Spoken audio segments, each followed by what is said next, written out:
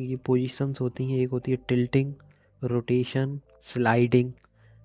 तो ये हम सारी चीज़ें उस पर अप्लाई करते हैं। जब भी कोई विंडो बनाते हैं ना, तो उसको रख के टिल्ट करते हैं, रोटेट भी करते हैं मार्कर को, तो देखते हैं। ये फोकस फिर मैंने किया है। ये बना है मेरा 4 चैम्बर व्यू एपाइकल विंडो पे, काफ़ी अच्छा विंडो बना है। तो ये 4 चैम्बर व्यू है। फिर हम इस पर कलर अप्लाई करते हैं। कलर अप्लाई बेसिकली करते हैं भाई रिगर्जिटेशन देखने के लिए। तो मैंने ये कलर अप्लाई कर दिया है मिट्रल बॉल पे।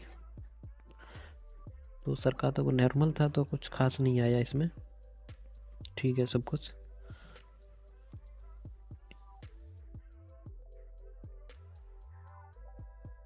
इस पे कलर अप्लाई किया है। मेन चीज़ होती है विंडो बनाना। आप विंडो बनाना सीख जाएंगे तो इजीली डायग्नोस करना भी सीख जाएंगे, व्यू पहचानना भी सीख जाएंगे, सारी चीज़ें। अप्लाई मैंने किया इस पे colour Doppler mitral ball. Colour Doppler लगाते हैं और पल्स डॉपलर बेसिकली यहाँ पे। हाँ, ये अप्लाई किया मैंने कलर मिट्रल बॉल पे, कलर लगाया 4 चैम्बर व्यू के साथ। और फिर मैंने इस पे अप्लाई किया CW मिट्रल बॉल पे।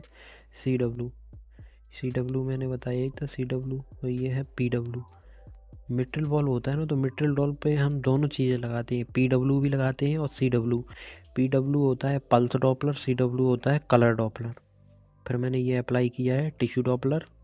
अप्लाई राइट लीफलेट पे, इसको बोलते हैं 4 चैम्बर व्यू है डॉपलर के साथ tissue Doppler. Tissue Doppler machine में होता है, TVI करके सेट रहता है, तो वो आप एक बार देखिए पिछला वीडियो।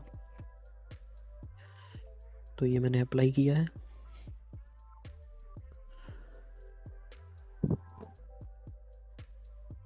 बेसिकली टिश्यू डॉपलर से ना हमें काफ़ी कुछ मिलता है जानने को उसके बारे में। ये अप्लाई करते हैं देखने के लिए। फिर मैंने इसको अप्लाई किया, ये लेफ़्ट में, पहले राइट में किया था, लेफ़्ट में।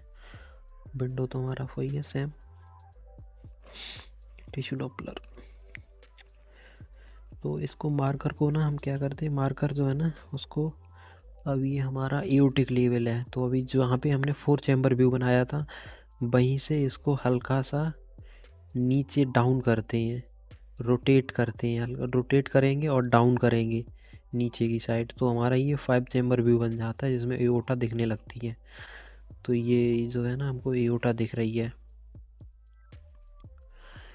तो आप देख सकते हैं। हाथ को भी मैंने थोड़ा ना डाउन, वही सेम रहेगा पोजीशन, हल्का सा डाउन कर देते हैं जिससे एओटा अच्छे से विजुलाइज होने लगती है।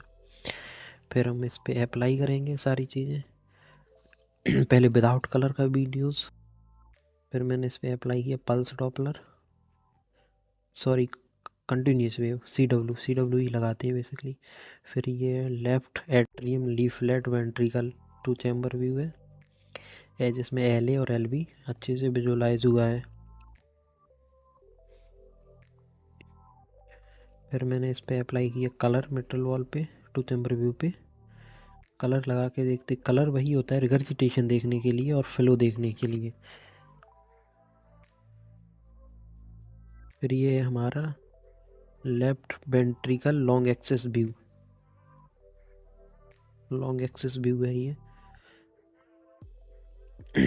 वट विंडो है सुपोजी parasternal apical window, apical echo window.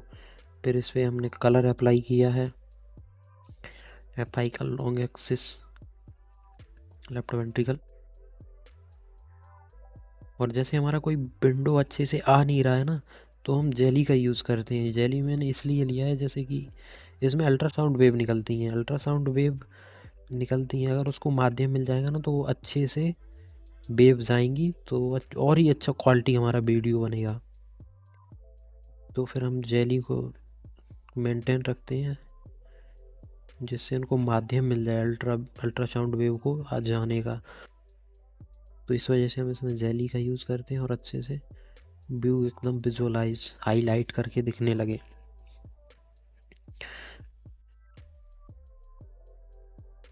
तब कोस्टल विंडो है, यहाँ से हम देखते हैं 4 चैम्बर व्यू और इससे IVC। तो ये जो मैं देख रहा हूँ ये IVC है, इसको M mode IVC M mode पे मतलब मेज़र करते हैं। एम मोड मैंने बटन दिखाया है मशीन में, तो एम मोड दबाएंगे तो ये मेज़रमेंट आ जाएगा। तो इसको एम मोड देखेंगे कितना है, डायलेटेड है कितना नहीं है।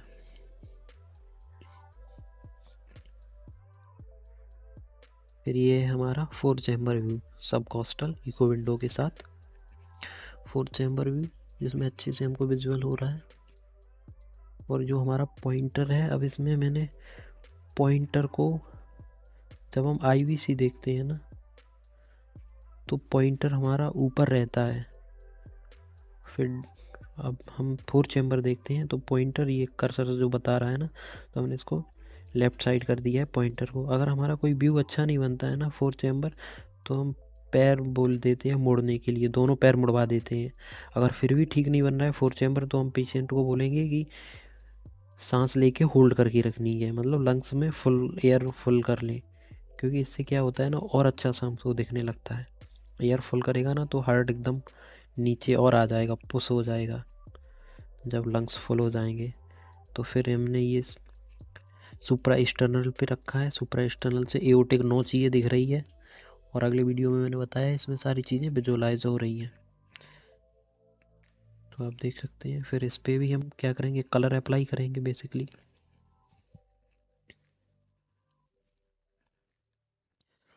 कलर लगाएंगे और पल्स डॉपलर लगाएंगे। पल्स डॉपलर का बेसिकली हम 2 जगह यूज़ करते हैं, एक करते हैं मिट्रल बॉल पे और एक करते हैं एओर्टा पे, ये प्रेशर नापने के लिए पल्स वेव। और बाकी जगह पे हम कंटिन्यूस वेव अप्लाई करते हैं।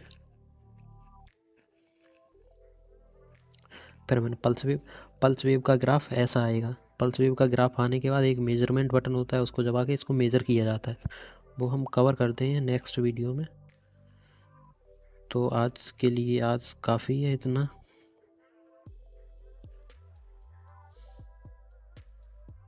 वैसे काफ़ी अच्छा है सर, काफ़ी कूल है। जो मैं हूँ ना यहाँ पे एटलांटिस हॉस्पिटल में बिहार, तो काफ़ी अच्छे लोग हैं यहाँ पर भी। कोई भी किसी को मना नहीं करता है, आराम से किसी को देख रहे हो, डॉक्टर साहब को लिटा लिया है मैंने। काफ़ी अच्छे सर हैं ये तो। इनका क्लिनिक चल रहा है भाई आराम से। और मैं मेंशन कर दूंगा सर का इंस्टा ID, जो फॉलो करना चाहे सर को फॉलो कर सकता है। कर लेना भाई, मुझे भी कर लेना, बट मेरा इंस्टा है नहीं, मैं बनाता हूँ अपना।